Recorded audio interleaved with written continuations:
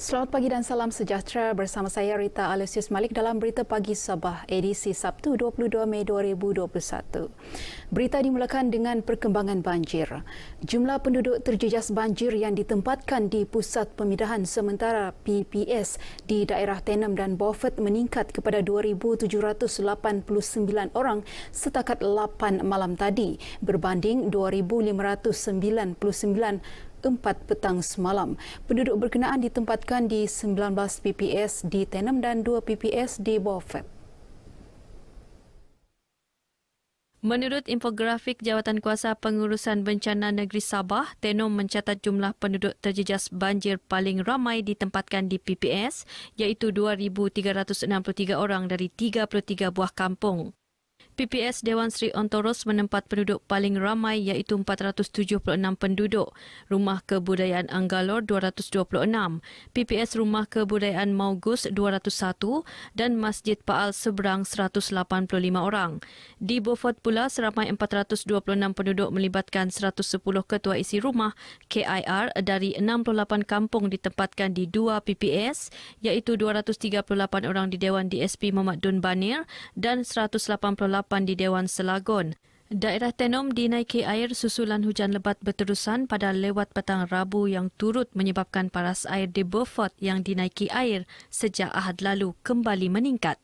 Sementara itu, Ketua Menteri Datuk Seri Panglima Haji Jinor dalam satu kenyataan memaklumkan Jawatankuasa Bencana Negeri telah meluluskan sebanyak 2,000 bakul makanan untuk diagih kepada KIR ditempatkan di PPS di Tenom dan Beaufort.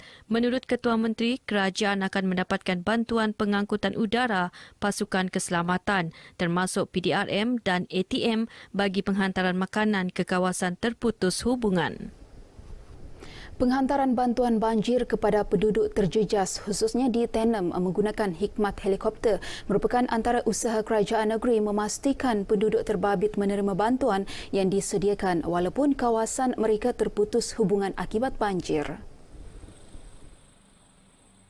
Menteri Pembangunan Masyarakat dan Kesejahteraan Rakyat Sabah, Insinyur Syahelmi Yahya berkata, penggunaan helikopter merupakan kaedah terbaik bagi penghantaran bekalan makanan dan keperluan kepada penduduk di kawasan terputus hubungan akibat banjir. Kerajaan negeri melalui Jabatan Ketua Menteri telah memberi bantuan yang sewajarnya, juga menghantar 2 buah helikopter untuk membantu menghantar bantuan-bantuan bekalan makanan ke kampung-kampung yang telah terjejas ataupun terputus hubungan disebabkan oleh banjir. Syahelmi ditemui media ketika lawatan kerja ke daerah Tenom yang sedang dilanda banjir. Beliau turut mengingatkan penduduk terjejas banjir agar tidak mengabaikan pematuhan SOP bagi mengekang penularan COVID-19. Sementara itu, penduduk daerah Tenom merakamkan penghargaan kepada kerajaan negeri yang menghantar bantuan makanan menggunakan 3 buah helikopter penghantaran. Penghargaan itu disuarakan Ahli Dewan Undangan Negeri Adun Kemabong, Datuk Robin Balang, mewakili penduduk yang terharu dengan keprihatinan kerajaan negeri. Bagi pihak rakyat di DUN 43 Kemabong dan DUN 42 Malalap, daerah kecil Kemabong dan daerah Tenom, mengucapkan penghargaan setinggi-tinggi terima kasihlah kepada Yang Berhormat Ketua Menteri. Bercakap kepada RTM, Datuk Rubin juga berharap beberapa jalan yang terputus akibat banjir seperti Jalan Kalibatang, Kuala Tomani akan diperbaiki segera demi kemudahan penduduk. Sementara itu, pemimpin setempat berikrar akan memberi kerjasama padu kepada Pusat Kawalan Operasi Bencana PKOB Tenom bagi memastikan penduduk terjejas banjir tidak akan tercicir daripada bantuan yang disalur kerajaan. Kami juga berusaha untuk membantu semampu yang boleh. Bagi dilihat di pihak kerajaan, saya bersama-sama dengan Jawatankuasa Bencana Alam Daerah memastikan gerakan menyelamat dan menghantar bantuan berjalan lancar. Semua bantuan kita salurkan oleh pejabat daerah dan kita telah agihkan bantuan botol-botol mineral di pejabat daerah dan juga bantuan sedikit makanan untuk pusat-pusat pemindahan. Dalam pada itu, rata-rata penduduk terkejut kerana air melimpah dengan cepat. Saya kerja dari sekali balik saja banjir pun datang dengan cepat. Kami pun angkat barang-barang, jadi ada yang barang yang kami tidak sempat angkat lah. Jadi kurang-kurang pun apa yang kami dapat yang di komen yang penting sih kami dapat selamatkan. Jadi terkejut juga tiba-tiba itu air datang. Saya pun tidak tahu macam mana mau buatkan. Jadi kami lari saja lah, selamatkan diri saja. Bahwa yang patut yang kami bawa larilah macam IC begitu. Di Beaufort, penduduk terjejas banjir yang belum mendaftar dengan Pusat Kawalan Operasi Bencana PKOB daerah disaran segera berbuat demikian. Ia bagi memastikan mereka tidak tercicir daripada bantuan yang disalurkan. Ahli Parlimen Sipitang Yamani Hafiz Musa berkata pendaftaran penting agar PKOB memperoleh jumlah sebenar penduduk terjejas banjir yang memerlukan bantuan walaupun tidak dipindahkan ke Pusat Pemindahan Sementara PPS.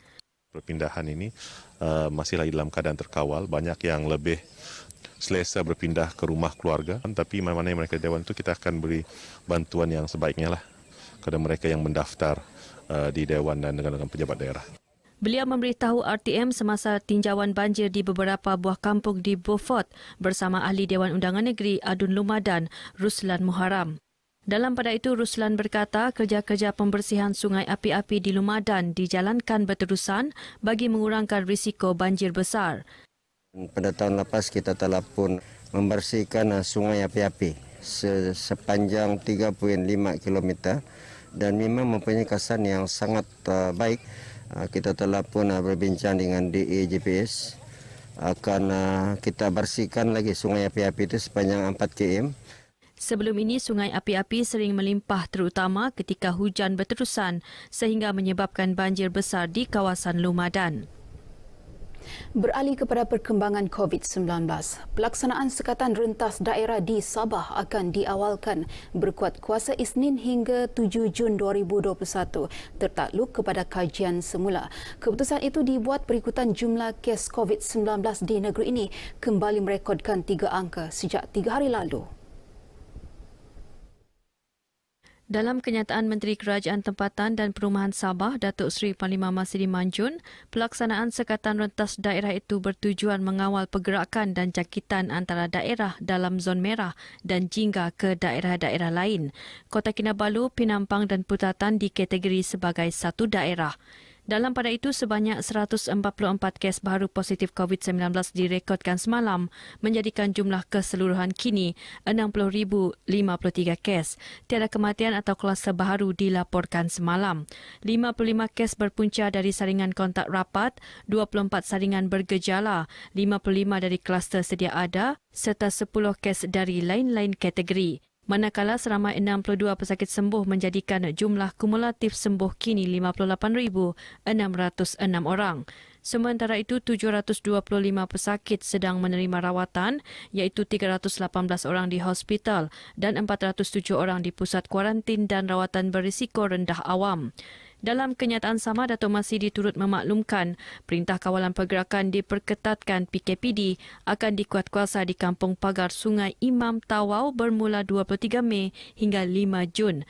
Ia susulan berlaku peningkatan kes yang ketara dalam tempoh singkat dengan kadar kebolehjangkitan amat tinggi di lokaliti tersebut.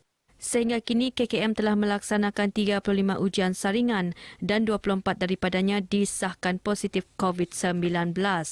Mengenai program vaksinasi, sehingga semalam seramai 62,513 individu telah melengkapkan suntikan 2 dos vaksin dalam fasa 1 dan 2 program imunisasi COVID-19 kebangsaan PICK.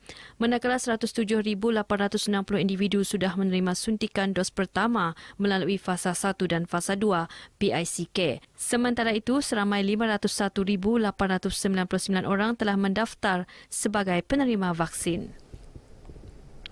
Orang ramai yang belum mendaftar sebagai penerima vaksin COVID-19 menerusi program imunisasi COVID-19 kebangsaan PICK dinasihat segera berbuat demikian. Ini kerana vaksinasi amat penting untuk melandaikan lekuk pandemik sekaligus mencapai imuniti kelompok. Ahli Dewan Undangan Negeri Adun Sungai Sibuga, Muhammad Hamsan Awang Supain berkata, orang ramai tidak boleh terpengaruh dengan sumber tidak sahih yang tular di media sosial mengenai kesan sampingan selepas vaksinasi. kita berusaha melalui unit PPM akan membantu Jabatan Kesihatan dan juga pihak hospital untuk merawatkan di orang-orang kampung supaya datang mendaftar dan mendapat vaksinasi ini. Muhammad Hamsan yang juga pembantu Menteri Kerajaan Tempatan dan Perumahan ditemui RTM selepas menerima suntikan dos kedua vaksin Pfizer-BioNTech COVID-19 di Institut Latihan Kejururawatan Sandakan, Hospital Duchess of Kent HDOK Sandakan. Turut menerima suntikan vaksin isteri beliau Kalsom Abdul Aziz. Selepas menerima suntikan vaksin, Muhammad Hamsan meluangkan masa menyampaikan hamper kepada petugas HDOK sebagai tanda penghargaan dan terima kasih. Penanaman vanila merupakan industri baharu yang berpotensi dijadikan tanaman komersial di Sabah. Tanaman vanila yang merupakan salah satu spesies orkid mempunyai pasaran yang luas di serata dunia sekaligus mampu menjana pendapatan lumayan kepada pengusaha dan negeri. Ingin melihat ini sebagai satu industri baru di Sabah yang boleh kita promosikan kepada dunia. Kita akan bincangkan strategi di kementerian bagaimana kita boleh mengambil tindakan untuk memperluaskan industri ini. Datuk Dr. Jeffrey berkata demikian kepada media selepas melawat kebun vanila di Kampung Dimbata, Kinarut Papar bersama Timbalan Menteri Pelancongan Seni dan Budaya Motek, Datuk Guandi Kohoy. Datuk Dr. Jeffrey turut menyarankan penduduk yang memiliki tanah terbiar agar mempelajari teknik penanaman pokok vanila. Sementara itu, Datuk Guandi berkata Motek akan mencadangkan agar kebun vanila ini dijadikan antara lokasi pelancongan baharu apabila sektor pelancongan dibuka semula kelak. Dan setakat ini kami juga berusaha untuk mengembangkan aktiviti di vanila ini kepada pelancong ataupun pelawat-pelawat tempatan lah. Sebanyak 4,000 pokok vanila ditanam dalam kebun seluas 1.2 hektar milik Yo Komuji yang diusahakan sejak tahun 2009 ini. Baik saudara, sekian berita pagi Sabah. Jangan alpa terus waspada, COVID-19 belum berakhir. Saya Rita Alusis Malik, salam hormat.